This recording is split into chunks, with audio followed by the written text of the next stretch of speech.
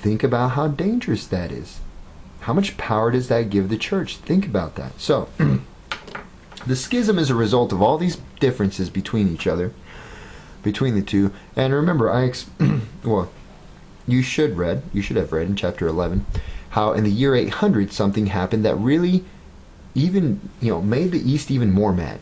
In the year 800, a guy named Charlemagne, very powerful king in Western Europe, was crowned the Holy Roman Emperor. That sounds awesome. That title, Holy Roman Emperor. It's like, holy crap, right? Big deal. Now, who considers themselves the continuation of Rome? The East or the West? The East, right? But yet they're giving this crown, this Holy Roman Emperor crown, to a king from the West. A dude who could barely read, who is a king of barbarians.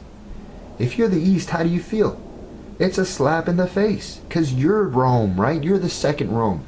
So things like that did not help the problem with the schism, okay?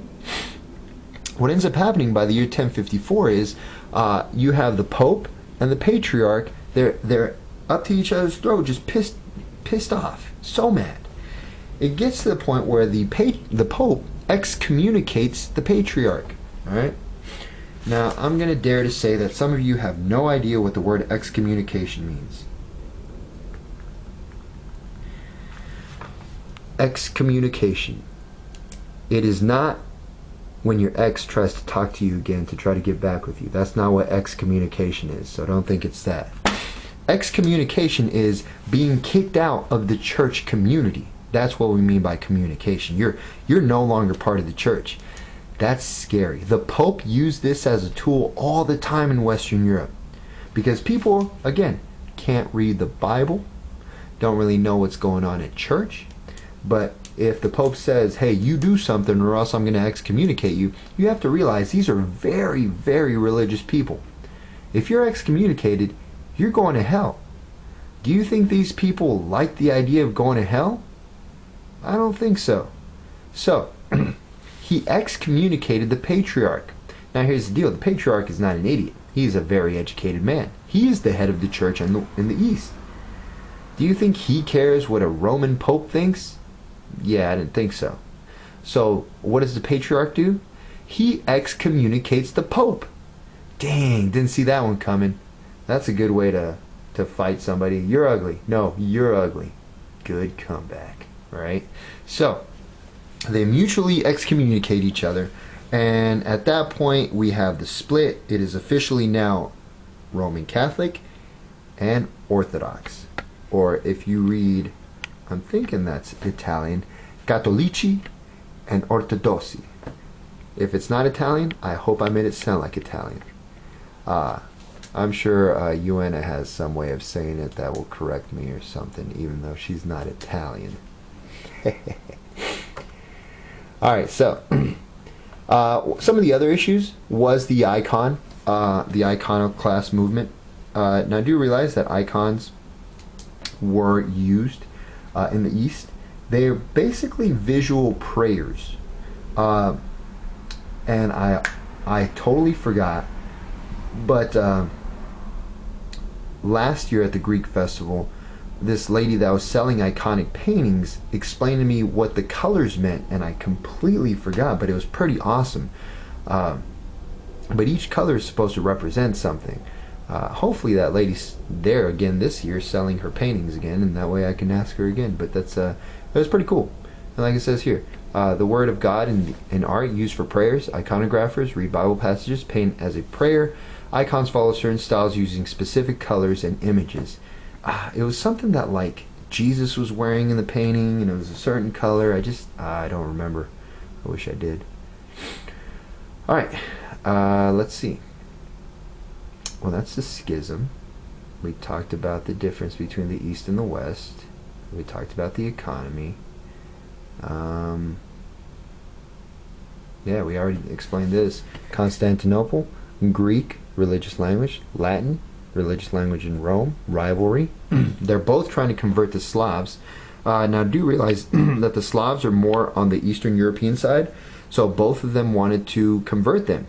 Remember, whatever side they follow, either the patriarch has more influence or the pope has more influence. The pope wanted as much influence as possible, but so does the patriarch.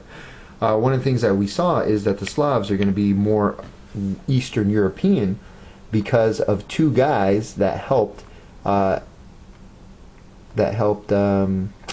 do we say it? Convert a lot of the people in Eastern Europe, which brings us to, here we go, Eastern Europe. Now it's kind of hard to see. I'll try to zoom in a little bit. Slavs, Avars, Magyars, Vyaks. All these people are from are on the eastern side. So basically, from Germany to the east, we start, basically calling that Eastern Europe. And so these guys speak different kinds of languages. And one of the things that that the Eastern Orthodox Church did was they had a couple of missionaries. Today they are known as Saint Cyril and Saint Methodius. All right, and they created a language, a written script for the people of the East.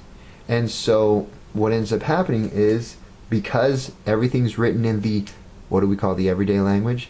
Vernacular. Good job. Give yourself a point for getting that one right. Because of the vernacular, these guys were more willing to convert. And so Cyrillic became the writing of these people. So here we have Slavic migration, Eastern Europe. You can see it there. And last but not least, and I know you want to spend a whole lot of time on the Russians because you guys love the Russians. Vladimir Putin is your favorite Russian leader of all time. I get that. You love seeing pictures of him on his horse without his shirt on. But we can't spend that much time talking about the Russians because, one, I got to get this done, and two, I'm running out of time on this memory card. So, the rise of Russia. Who settled Kiev? There you go. The Vikings, the Scandinavian explorers, the guys with the big, huge guys with the red hair, right? And that's where the name comes from. Rus, from red, Russia. These Rurik people, they settled Kiev.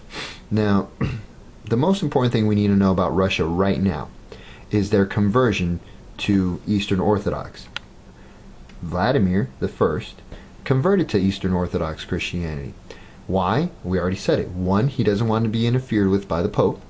Two, some of you read, the dude's a drinker. He's a Russian. Russians like to drink, apparently. I don't know. I'm not saying that. It's not my stereotype. And so that means he couldn't be Muslim. But he liked what he saw from the Greek Orthodox Church. He liked the idea of maybe the title of Caesar Papism. And so Vladimir converted to Eastern Orthodox. Now I do realize he had his people go and investigate or research these religions. And this one is the one that he liked the most. And so they are now connected to the Byzantine Empire through trade. Remember, I told you guys, why did Mansa Musa convert to Islam? Why did a lot of this Swahili city-states, why were they Muslim? It was easier to trade with other Muslims. This guy has just opened up his country to be more like the Byzantines. They're trading with them now. And remember, we don't just trade goods, we trade ideas. Some of you might have said culture, because y'all keep saying that in class, but I just keep saying ideas. But it's the same thing, whatever. So, very, very important. Now, eventually, Kiev will become a very important city. Does anybody know what country Kiev is located in now? I'll give you a hint. Vladimir Putin invaded this country. Well, he says he didn't, right? He says that he was invited. Crap, now I'm forgetting the name of the country. It's one of the stands. Whatever. Anyway, so Kiev was a very important city for trade, because of trade. It was connected by rivers to other places, and so they created the first Kievan dynasty and the Rurik dynasty, and Russia is born, basically. Now eventually Russia will expand, and we will have like Moscow in part of Russia, but at that point you guys kind of read that somebody comes in and takes over Russia, the Tartars. All right, So when they take over again, they're called the Retartars. No, I'm just joking. Okay, so the Tartars, the Mongols, these guys are going to take over Russia in the 1200s. All right, this is going to be a big deal later on when we talk about the Mongols in Russia. But yeah, that's going to have a huge effect on Russia because the Mongols are going to isolate China.